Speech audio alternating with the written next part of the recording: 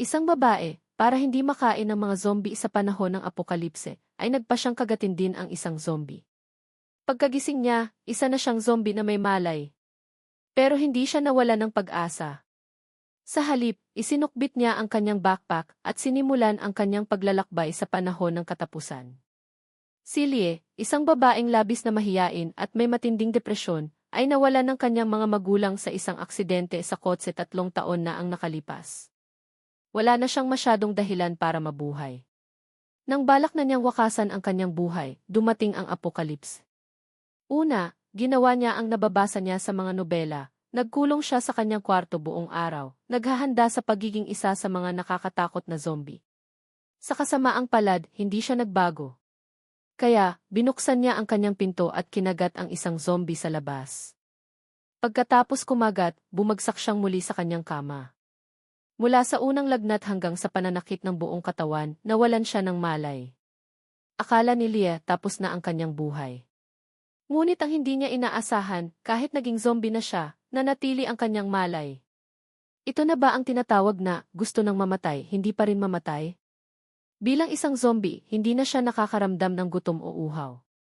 Maghapon na lang siyang nanonood ng mga video sa bahay para magpalipas ng oras. Ngunit sa ika-negatibo 16 na araw pagkatapos ng apokalipse, nawalan ng kuryente ang kanilang apartment at lubos siyang nabagot. Kaya, nagdesisyon siyang maglakbay ng mag-isa sa buong bansa. Walang sabi-sabi, nagdesisyon siya sa umaga at umalis 3 araw pagkatapos. Isinukbit niya ang kanyang backpack, kumuha ng mapa at isang payong pananggalang sa araw at umalis. Bago umalis, nagpaalam pa si Lee sa mga zombie sa kanilang apartment. Manang Ising, Manong Ben, alis na po ako. Huwag na po kayong maglalandian dyan. Ilang araw ko na po kayong pinagmamasdan. Nakakahiya po kayo sa ibang tao. Hindi napigilan ni Lee na paalalahanan ang 2 zombie na naglalandian sa harap niya. Pagkatapos niyang sabihin ito, binuksan niya ang kanyang payong at lumabas. Mainit ang sikat ng araw sa tanghali, kaya hindi gaanong gumagalaw ang mga zombie. Ngunit si Lia, kalmante lang na naglalakad sa kalsada na may payong. Kapag nakita ito ng mga tao, siguradong matatakot sila ng husto. Magdududa sila kung nagsisimula ng mag-evolve ang mga zombie at mailumalabas ng mga elite na halimaw. Sa mga narinig niya sa radyo at sa ilang video announcement nitong mga nakaraang araw, alam niyang 80% ng populasyon ng mundo ay naging zombie na. Ang lugar na tinitirhan ni Lia ay isang sikat na lugar panturista na may maraming magagandang tanawin. Bagamat sinabi sa radyo na huwag lumapit sa mga border, sinadya niyang pumunta doon. Pagkalabas niya ng apartment, maraming zombie na naglalakad-lakad sa daan. Hindi sila kilala ni Lia at hindi rin siya ginugulo ng mga ito. Bilang isang taong mahiyain, nakaramdam siya ng ginhawa. Ngunit hindi nagtagal ang kanyang paglilibang. Mula sa malayo, may narinig siyang ilang putok ng baril at tunog ng sasakyan. Nagmadaling sumiksik si Lee sa gilid. Nang marinig ng mga zombie sa paligid ang ingay, nagtatakbo silang lahat papunta sa pinagmulan ng tunog. Dali-dali niyang hinawakan ang isang zombie na dumadaan, huwag kayong pumunta doon. May mga tao doon. Nagalit ang zombie nang hawakan siya, at nagpakita ng mga ngipin at umungol kay Lee. Naintindihan ni Lee ang gusto nitong sabihin. Grabe kung makamura. Nang makita niya ang lahat ng mga zombie na nagkakagulo papunta doon, kahit na labis siyang mahiyain, mayroon pa rin siyang likas na pag-ugali ng isang normal na tao, ang pagiging usisero. Noong una, nakaligtas siya dahil sa mga kwentong ibinabahagi ng kanyang mga tiyahin at sa internet. Ngayon, nang makita niya ang mga zombie na nagtatakbo papunta doon, na-curious din siya, kaya palihim siyang sumunod. Mula sa malayo, nakita niya ang ilang sasakyan. Mayroon pang mga baging na tumutubo mula sa loob ng mga sasakyan. Kapag lumapit ang mga zombie, ibinabagsak sila ng mga baging na ito. Agad na napagtanto ni Lia na may kapangyarihan sa loob ng sasakyan. Pinanood niya ang mga zombie na pinapatay ng mga tao, isa-isa, at itinataas niya ang kanyang kamay at hinawakan ang kanyang ulo. May 3 tao at isang aso sa loob ng sasakyan. Nang bawiin ang mga baging, binuksan ang pinto sa passenger seat. Mula sa driver's seat, bumaba ang isang dalaga. Maganda at cool ang dalaga, at nasa 20 lang ang edad, mga 5 hanggang 6 na taon ang tanda kay Lee. Nang makita niya ito, naisip ni Lia ang mga bida sa mga nobela tungkol sa katapusan ng mundo na nababasa niya. Nagtago siyang ganoon sa likod ng pader, pinapanood silang pumasok sa isang supermarket. Hinarang ng rolling door ang mga zombie sa labas. Nakatitig ang mga ito sa masasarap na pagkain na dinadala sa loob ng supermarket. Dumikit ang mga zombie sa pinto, bumubulong at nagmumura. Bagamat hindi naiintindihan ng mga tao ang sinasabi ng mga zombie, naintindihan ito ni Lia bilang isang zombie. Ngunit wala siyang balak tulungan ang mga tao na mag-translate. Hindi niya kayang sabihin dahil grabe ang mga mura nila. Pagkalipas ng mga 2 oras, umalis ang 3 tao at isang aso na may dalang maraming gamit.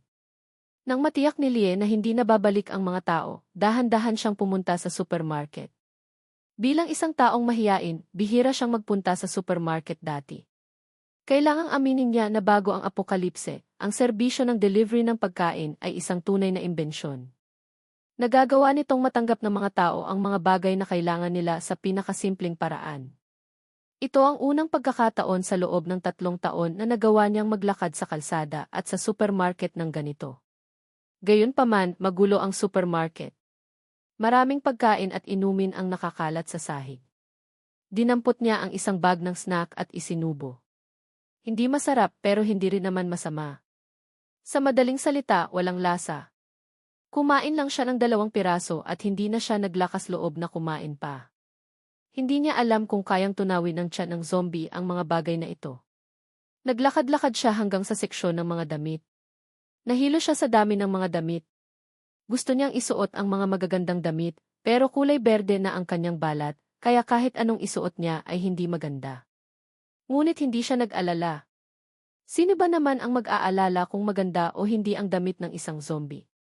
Ang mahalaga ay masaya siya. Kumuha si Lee ng ilang damit na nagustuhan niya. Pagdating niya sa counter, nag-iwan siya ng ilang daang piso. Kukunin ko na po ang mga ito. Alam niyang wala ng silbi ang pera ngayon. Pagkasabi niya sa hangin, lumabas na siya ng supermarket. Nagpatuloy siyang naglakad hanggang gabi. Tumingin siya sa paligid at humanap ng hotel na mukhang maayos. May ilang zombie na naglalakad-lakad sa lobby. Sa uniforme ng mga ito, malalaman na agad na mga empleyado sila ng hotel. Hindi sila pinansin ni Lee. Umakyat na lang siya sa hagdan papunta sa ikalawang palapag. Pumasok siya sa isang kwartong bukas. Mukhang maayos naman, kaya nagdesisyon siyang manatili dito ngayong gabi. Sa una, akala niya tahimik ang kanyang unang gabi sa labas ng bahay, lalo na ngayong apokalipse na. Ngunit nagkamali siya. Habang mahimbing siyang natutulog, isang malakas na pagsabog ang gumising sa kanya. Tumingin siya sa labas ng bintana. Nasusunog ang isang gusali ilang daang metro ang layo. May mga tao kaya sa paligid? Nagduda si Lee. Bakit laging may mga tao sa paligid niya? Sumilip siya sa bintana, tumingin sa residential building sa malayo, at tiniyak na wala ng pagsabog, bago siya bumalik sa kanyang kama. Ngunit wala pang kalahating oras, narinig niya ang tunog ng sasakyan. Tunay ngang sensitibo ang pandinig ng zombie. Hindi pa niya nakikita ang sasakyan, pero naririnig na niya ang tunog ng makina nito. Bagamat maganda ito para kay Lia, dahil maiiwasan niya ang makasalubong ang mga tao, pakiramdam niya ay nasa panganib siya. Parang huminto mismo sa ilalim ng kanyang silid ang sasakyan. Dito na tayo matutulog ngayong gabi. Bukas na lang tayo aalis. Napag-isipan ko na. Walang masyadong zombie dito sa paligid. Mukhang maayos naman ang hotel na ito. Boses ito ng isang lalaki, mukhang bata pa. CJ. Boses ito ng isang babae. At mukhang siya ang leader ng grupo. Nang marinig ito ni Lia, alam niyang magpapahinga ang mga tao na ito sa hotel na ito. Labis siyang natakot dahil mukha siyang isang zombie, ang kalaban ng sangkatauhan. Ngunit hindi iyon ang pinakamasama. Ang pinakamasama ay naririnig niya ang tahol ng aso. Agad niyang naisip ang grupo ng 3 tao na nakita niya kanina. Nasaksihan na ni Lee ang lakas ng 3 taong iyon. Kahit 10 siya, hindi niya sila kaya. Biglang binuksan ang pinto ng kanyang silid. Natakot si Lee at bumagsak sa sahig, nagkunwaring patay. Malinis ang silid na ito. Mukhang walang tao. Nagulat ang lalaking nauna at sinabi ito. Sa pananaw nito, si Lia ay malinaw na patay na. Wala na siyang hininga. May malalim pang lamat sa kanyang maputing kulay abong balat. Nang marinig ang ingay, pumasok ang babae sa likod. Labis na kinakabahan si Lee. Bakit ganito ang mga taong ito? Ang dami-daming kwarto sa hotel, bakit ang kwarto pa niya ang napili? Ngunit hindi na siya humihinga at hindi na rin tumitibok ang puso niya. Kahit nasubukan ng mga taong ito ang kanyang hininga, wala ring mangyayari. Kailangan lang niyang manatiling nakahiga sa sahig. Sa sandaling iyon, bigla niyang naramdaman na lumilipad siya sa ere. Ate, ano nang ginagawa mo? Patay na iyan. Hindi inaasahan ng binata na kukunin ni Ate Vanny ang bangkay na ito mula sa sahig. Ngunit hindi ito pinansin ni Vanny. Dahan-dahan niyang inilagay si Lee sa kama at kinumutan pa siya. Pasensya na. Naabala namin kayo ng kaibigan ko. Matulog ka na ng mahimbing. Pagkasabi niya nito, inakay na niya ang dalawa at umalis. Naghintay pa si Lee ng ilang sandali, tiniyak na wala ng ingay sa kwarto, at nagbukas ng kaunting mata. Kung hindi pa umalis ang mga taong ito, kailangan na niyang tumayo at sumugod sa labas. Bagamat mabait ang isang babae, para hindi mapatay ng mga zombie sa panahon ng apokalipse, at para iligtas ang iba pang nakakulong, ay nagtayo ng malakas na ingay para ilihis ang pansin ng mga zombie. Medyo kakaunti na lang ang bala at hindi sila magtatagal. Sa gitna ng kanilang desperasyon, may narinig silang malakas na static mula sa radyo, sinundan ng isang pamilyar na kanta. Pagkabago pa lamang niyang zombie, hindi kaagad umatake ang babae, kundi nag-organisa ng isang party para sa maraming zombie. Itaas ang mga kamay. Sumayaw tayo. Dahil isa siyang mabait na zombie na may malay pa rin, naisip niya na para tulungan ang mga nakakulong sa gusali, kailangan niyang mag-ingay para makuha ang atensyon ng ibang mga zombie. Nang marinig ng mga zombie ang pamilyar na tono na nagmumula sa himpapawid, nagmadali silang pumunta sa pinagmulan ng tunog. Nang makita ng mga nakaligtas sa gusali na biglang umalis ang mga zombie, alam nilang ito na ang pinakamagandang pagkakataon para tumakas. Dali-dali silang bumaba at lumabas ng bayan sa isang maliit na daan. Teka, parang may tao pa sa radyo. Tinulungan niya tayo, pero hindi kaya nasa panganib siya. Sa huli, nakahanap sila ng ligtas na lugar at naghandang magmasid kung mailalabas sa bayan, pero hindi nila alam na ang taong tumulong sa kanila ay nagpapaparty na. Nakita ni Lee na nagkakagulo ang mga zombie papunta sa radyo. Napakaganda ng tanawin. Hindi niya alam kung nakatakas na ang mga nakaligtas o hindi, pero iyon lang ang kaya niyang gawin. Noong tao pa siya, ordinaryo lang ang lakas niya.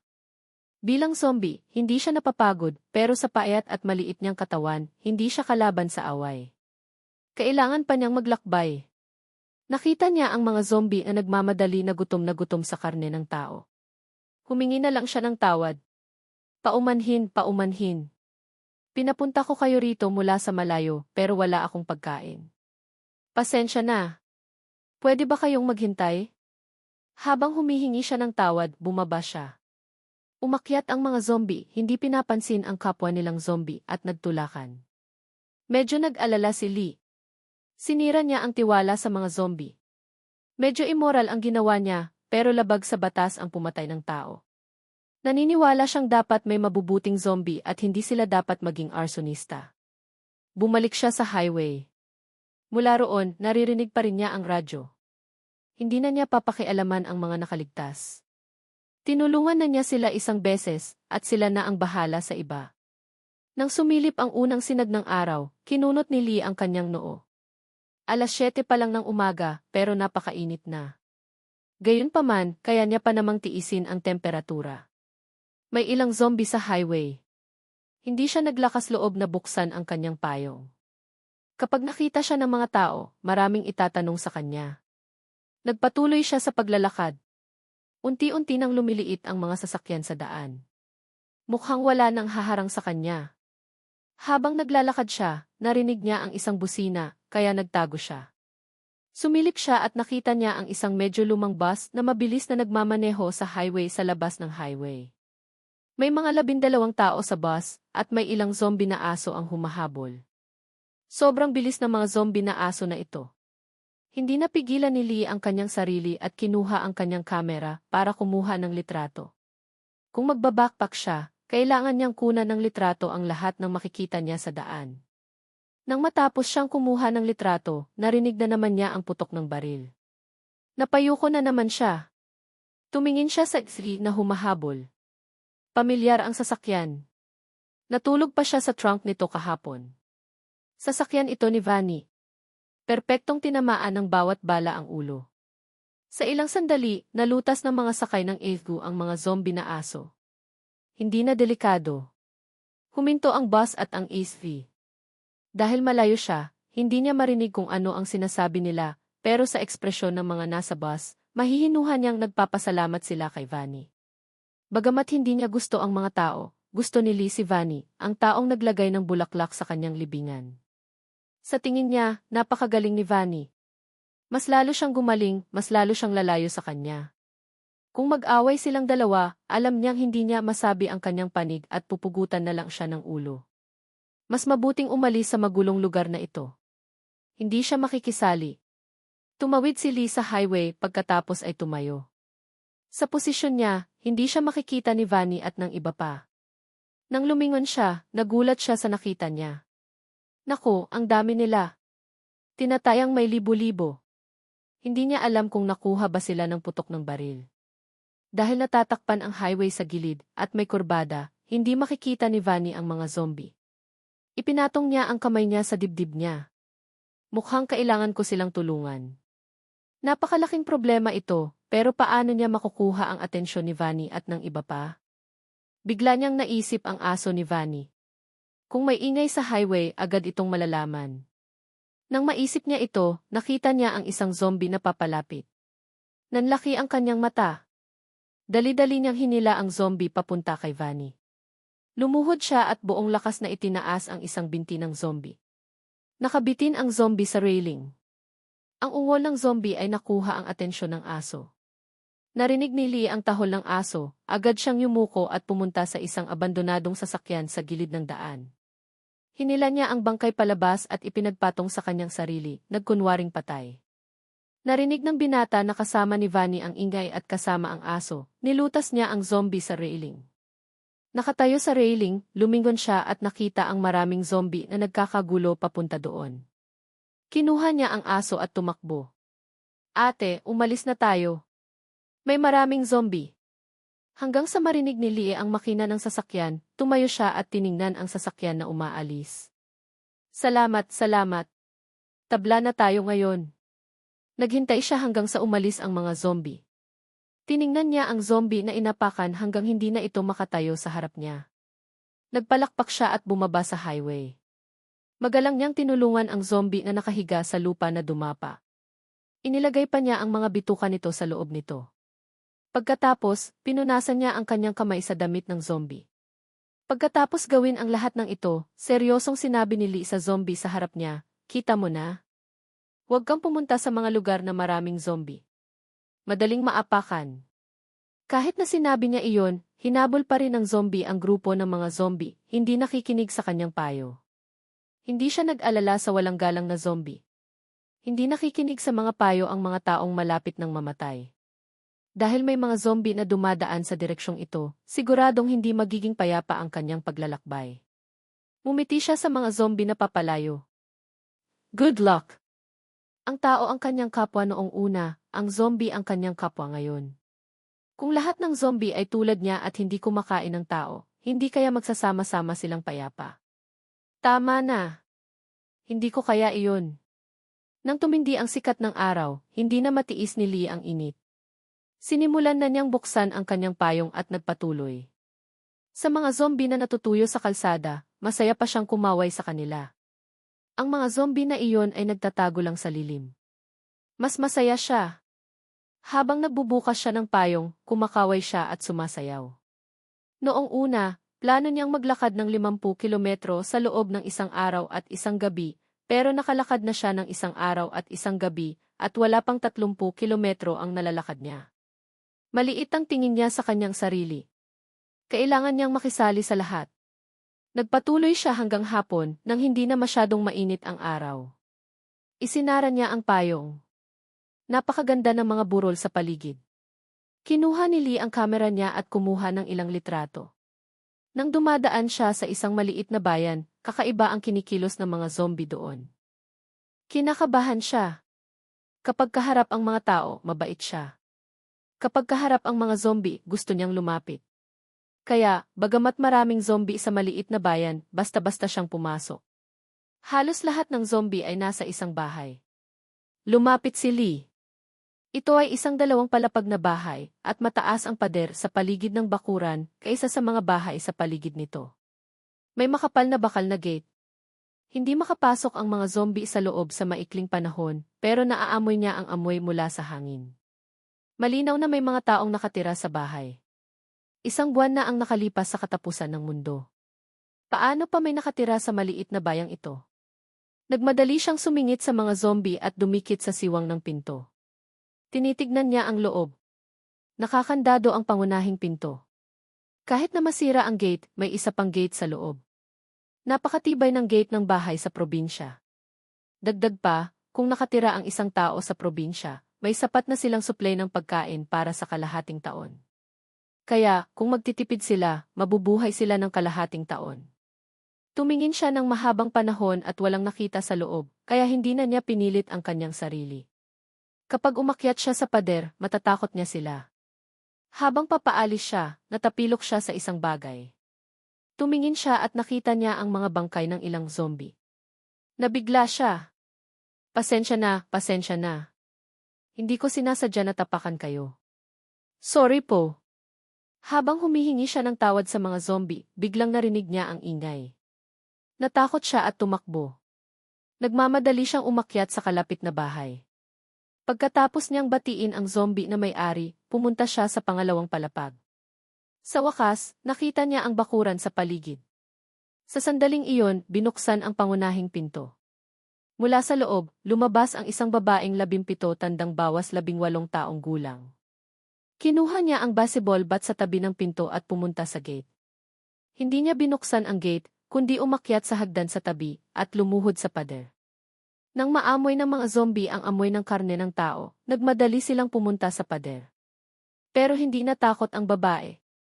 Hinarap niya ang zombie at inihampas ang baseball bat sa ulo nito. Natakot si Lee dahil hindi siya kumatok. Kung hindi, sa ulo niya mapupunta ang baseball bat. Napakadelikado.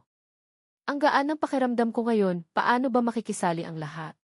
Tiningnan ng dalaga ang bangkay na bumagsak at pagkatapos ay iwinasiwas ang baseball bat sa ikalawang zombie. Pagkatapos niyang pumatay ng 5 zombie, tiningnan niya ang kawalan at umakyat sa pader, bumalik. Sa tingin ni Lee, may kakayahan siyang mag-isa sa ganitong lugar. Tunay ngang magulo na ang mundo. Dumarami na ang mga taong may espesyal na kakayahan. Hindi niya alam kung mas malakas ang dalagang ito kaysa kay Vanny.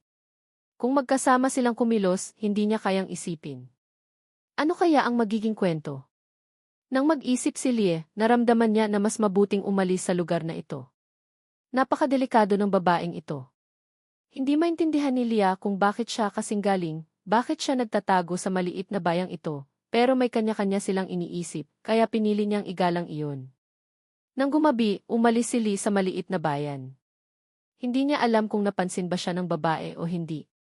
Ang mahalaga ay huwag siyang sugurin ang taong iyon. Pero ang hindi niya inaasahan, habang umaalis siya, may nakatitig sa kanya. Medyo nagulat ang taong ito. Pagkatapos niyang suriin ang sistema, zombie nga ang taong ito, pero ang kanyang halaga ng panganib ay 0. Ang kanyang lakas ng laban ay 8 lang. Paano nangyari iyon?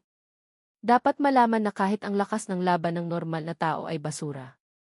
Ang lakas ng laban ng normal na zombie ay 20, pero ang zombie na ito ay 8 lang. Tama nga naman, hilo pa siya nang magising siya. Kahit zombie na siya, basura pa rin ang kanyang lakas. Ang dalaga ay orihinal na planong magtagal sa bayan ng ilang panahon, maghihintay hanggang sa maitayo ang base ng mga tao. Pagkatapos ay pupunta sa base at sasama sa iba. At pagkatapos ay maghahanap ng paraan para makasama sa ibang grupo para makakuha ng mga puntos. Pero ang walang laban na zombie na ito ay nakuha ang kanyang atensyon, kaya inayos niya ang kanyang mga gamit at palihim na sumunod. Gusto niyang malaman kung ano ang gagawin ng taang zombie na ito. Hindi alam ni Lee ang intensyon ng dalaga. Hindi niya alam na ang dalaga ay may sistema. Higit pa rito, interesado siya sa kanya. Kinukuha pa rin ni Lee ang mapa, tinutukoy ang direksyon at nagpapatuloy. Paminsan-minsan, nakikita niya ang mga lugar na maraming zombie at pumupunta siya para panoorin. Sa wakas, sa madaling araw, nakarating na si Lee sa kanyang unang patutunguhan, ang Hot Spring Resort. Napakadami ng mga zombie kaya hinaharangan siya sa labas. Sa anumang paraan, may 10,000 pang zombie sa Hot Spring Resort. Hindi mahina ang kanyang lakas, pero sa labas ng pambansang Hot Springs Park, medyo curious si Lee. Naghanap siya ng mataas na lugar na may magandang tanawin, naghandang panoorin kung ano ang gagawin ng mga ito. Nang makita niya silang nakasuot ng uniforme, malinaw na hindi ito normal. Mayroon kaya silang hinahanap sa resort na ito.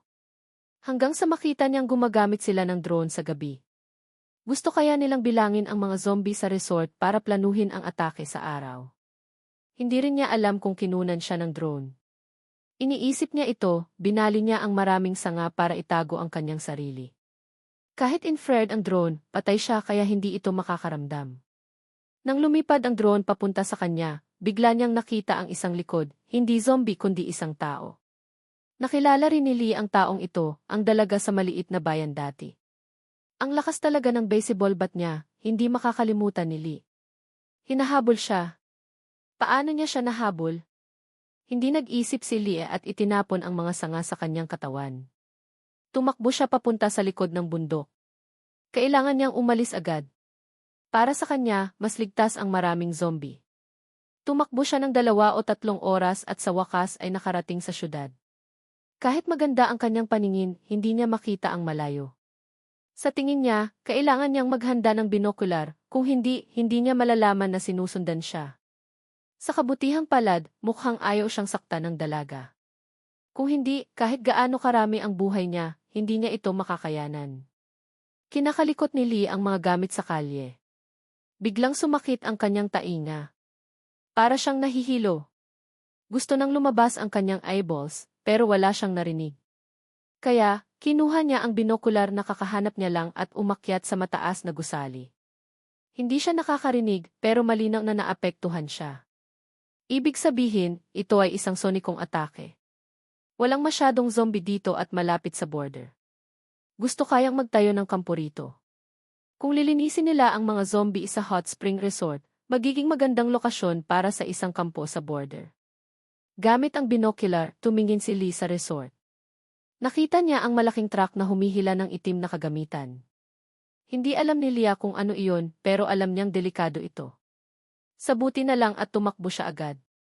Kung nasa gitna siya ng sonikong atake, hindi makakagalaw ang mga zombie. Gamit ang binocular, tumingin siya sa daan sa ilalim ng bundok at nakita niya ang isang pamilyar na si. Hindi kaya ang kapatid na babae? Bakit siya nandito? Nakasabit ngayon ang sasakyan sa karatula ng militar. Malinaw na sundalo si Vanny. Hindi nakapagtataka kung bakit napakahusay niya sa baril. Kinamot ni Lee ang kanyang ulo. Inilagay niya ang binokular sa kanyang backpack, lumingon at bumaba. Kailangan niyang magpalit ng lokasyon.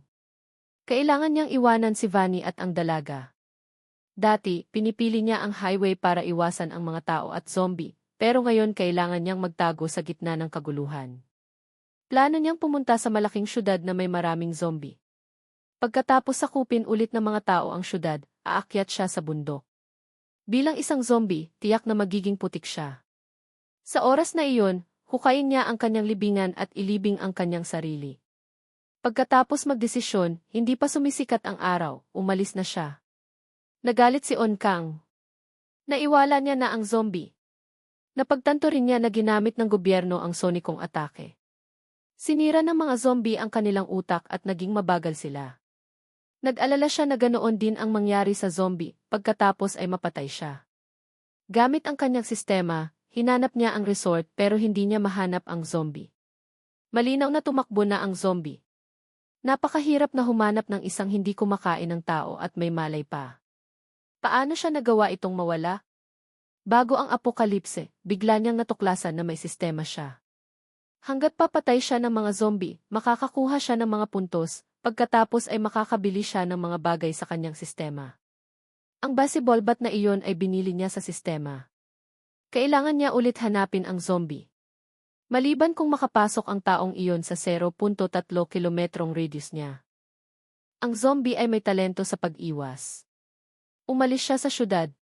Hindi siya nagpili ng highway, kundi ng magulong syudad. Sa anumang paraan, may mga pasilidad. Habang naglalakad siya, narinig niya ang ingay ng mga sasakyan. Hindi lang isa. Papunta sila sa ospital sa syudad. Nang makarating siya sa ospital, nakita niyang nakasara ang gate. May daan-daang zombie sa labas. Pumunta sila sa ospital para kumuha ng gamot. Kaya naghintay si Lee sa labas. Nang umalis ang mga nasa sasakyan, naglakad siya sa ospital. Nakahiga ang mga zombie na putol ang ulo. May mga sariwang bangkay din lumilitaw na nasugatan ang ilan sa mga kasama nila. Ayaw nilang maging zombie kaya pinatay na lang nila ang kanilang sarili. Tumingin si Lee sa mga bangkay at nag-isip. Lumingon siya at pumunta sa bodega ng ospital. Nakahanap siya ng pala at piko pagkatapos ay pumunta sa hardin ng ospital. Humukay siya ng lupa. Kahit mabagal siya, hindi siya napapagod. Nang matapos niyang ilibing ang mga bangkay, 3:00 na ng madaling araw. Medyo madilim pa. Sa damit ng mga tao, nakita ni Lia ang isang listahan na may nakasulat na mga gamot na kailangan nila. Tumingin siya sa lupa sa harap niya at sa listahan sa kanyang kamay. Lumingon ulit siya at pumunta sa bodega. Nang mag-5 na ng madaling araw, itinulak ni Lia ang mga gamot sa gilid ng syudad. Hindi niya alam kung bumalik na ang mga iyon o malapit lang. Sa madaling salita, dalhin niya lang sa gilid ng syudad. Hindi sapat ang gamot nila. Kaya babalik at magpapahinga sila, babalik sila. Iniwan niya ang gamot sa daan kung saan sila tiyak na pupunta. Hindi pa nagtatagal mula nang itinulak niya ang gamot palabas ng ospital, bigla niyang nakita ang sasakyan na nakaparada sa harap ng gusali. Hindi kaya ang mga iyon? Hindi siya naglakas loob na lumapit, pero hindi siya makikita. Baka talagang kailangan nila ang mga gamot. Hindi kaya lahat ng nagbuwis ng buhay ay kumuha ng gamot? Iniisip niya ito, buong lakas niyang itinulak ang sasakyan. Nang gumulong ang gulong sa lupa, nakuha nito ang atensyon ng mga zombie. Tumakbo siya papunta sa gusali sa tapat. Kailangan niyang tiyakin kung nakita nila ang gamot o hindi. Sumulat pa siya sa papel, kunin niyo na. Hindi niya na kailangan magpasalamat. Narinig ko kanina ang ingay sa labas. Hindi ko alam kung bakit may karagdagang itinutulak na sasakyan. Itinutulak nito ang medikal na kagamitan. Pupuntahan ba natin ito? Kinuha ng grupo ang gamot ng may panganib. Dahil sa dami ng gamot na kailangan nila, napilitan silang pumunta sa ospital. Mayroong 5 sasakyan, 30 tao at 7 nawala sa ekspedisyon. May 2 may kapangyarihan sa grupo, kabilang si Teniente Ann, isang may kapangyarihan na sumisipsip ng apoy at may malakas na puwersa. Nakita niya ang medikal na kagamitan sa daan. Sa loob ng medikal na kagamitan, ang gamot ang kailangan nila. Higit pa nga. Dali-dali siyang kumuha ng walkie-talkie. Pumunta kayo rito. Ililigpit natin ang gamot at maghanda na tayong umalis. Natuklasan niya na may papel sa kagamitan. Tiningnan ni Teniente Ann ang papel at medyo nag-alala. Inilagay niya pa rin ang papel sa kanyang bulsa. Hindi niya maintindihan ang lakas ng taong ito. Paano niya nagawa ilabas ang gamot sa ospital na puno ng zombie? Kung makikita niya ito, kailangan niyang magpasalamat sa kanyang Panginoon. Sa kakayahan ng grupo, kaya nilang pumunta sa base ng gobyerno, pero marami pa silang iniwang tao sa kanilang base. Ano ang kakainin at gagamitin ng mga tao sa base? Ni hindi sila kayang labanan ang mga zombie. Sa kanilang base, medyo malaya sila, kahit na kailangan nilang lumabas bawat ilang araw, sulit ito. Kapag hindi nila ginawa ito, mamamatay ang lahat. Pinanood ni Lee ang sasakyan na umaalis, at sa wakas ay nakahinga siya. Pero may gamot pa rin sa ospital. Kung hindi niya gagamitin, nasayang lang. Hindi siya nagmamadali maglakbay kaya nagdala siya ng gamot. Kaya itinulak niya ang kagamitan papunta sa ospital. Hindi interesado sa kanya ang mga zombie sa ospital. Kung may nagpakita ng interes sa ingay, sumunod sila sa kanya. Wala man lang tumutulong sa kanya. Medyo nagrereklamo na siya. Kalimutan mo na. Bakit ko sila tinatrato ng mabuti? Hindi ko sila mapagkakatiwalaan. Hindi niya alam kung anghel siya. Bumalik si Teniente Ann sa base at nagpahinga ng 2 araw at naghanda na naman lumabas. Pinag-aralan niya ang papel ng 2 gabi. Alam niya kung ano ang nakasulat dito. Mula sa sulat kamay, alam niyang alam ng taong iyon ang kailangan nila at tumulong pa nga sa kanila. Kaya gusto niyang imbestigahan ito. Hindi pumayag ang mga tauhan na pumunta siyang mag-isa. Sa huli, nakabunot siya ng 2 sasama sa kanya. Nang dumating sila sa gilid ng syudad, nakita nila ang gamot. Nagulat silang 3. Inutusan agad ni Teniente Ann ang isang tao na makipag-ugnayan sa base. Walang paraan para bitbitin ng sasakyan nila ang lahat ng gamot. Naiwan ang ilang tao para bantayan. Tumingin-tingin si Teniente Ann.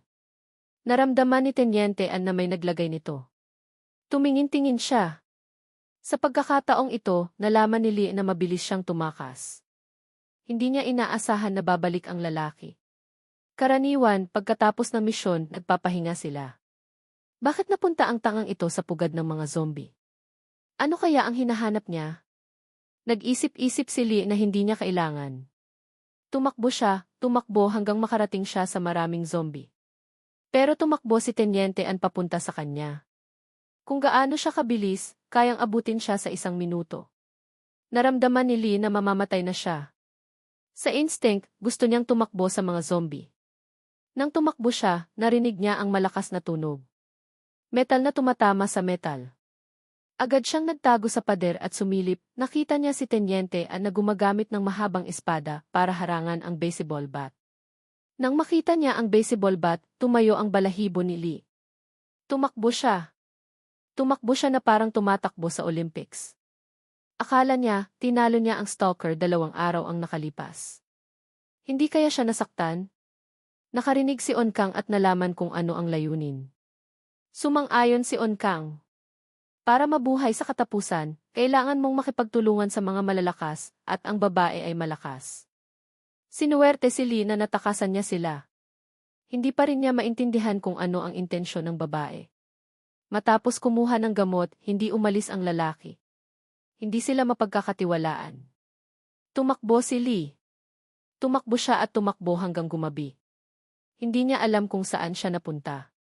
Tiningnan niya ang mapa at nakita niyang 50 kilometro na siya sa syudad. Kahit hindi siya napapagod, naghanap siya ng tirahan. Hinabol niya ang daga palabas. Gusto niyang matulog. Pinagsisihan ni Lee. Kinabukasan ng umaga, umalis siya. Pumunta siya sa base. Sa mga nakaraang araw, narinig niya sa radyo na dapat may mga 10,000 katao sa base, ngunit natakot siya. Lalo na nang dumating ang bagong pangulo sa mga nakaraang araw, dumarami ang gumamit sa tao. Malapit siya sa mas ligtas na syudad at may mas kaunting zombie. Nakita pa niya ang sasakyan. Yumuko siya. Umiwas sana siya. Kailangan niyang umikot. Kaya lang, may nangyari. Habang umiikot siya, nakita niya ang sasakyan na napapaligiran ng mga zombie. Isang ina at anak ang nasa sasakyan. Pinapalibutan ng lalaki ang sasakyan tapos natabunan na siya. Umalis ang zombie at umatake sa sasakyan. Medyo nag-aalinlangan si Lee. Naglabas siya ng mask at sinuot. Pagkatapos tinakpan ang masasamang sugat. Tinulak niya ang zombie na nasa harap ng sasakyan at sinigawan sila. Umalis kayong lahat. Mukhang natakot sa sigaw ni Lee ang mga zombie. Tumigil sila sa pag-atake sa sasakyan. Ang ina at anak ay tumitingin kay Lee. Kahit na nakasuot siya ng maskara, natakot ang ina at anak.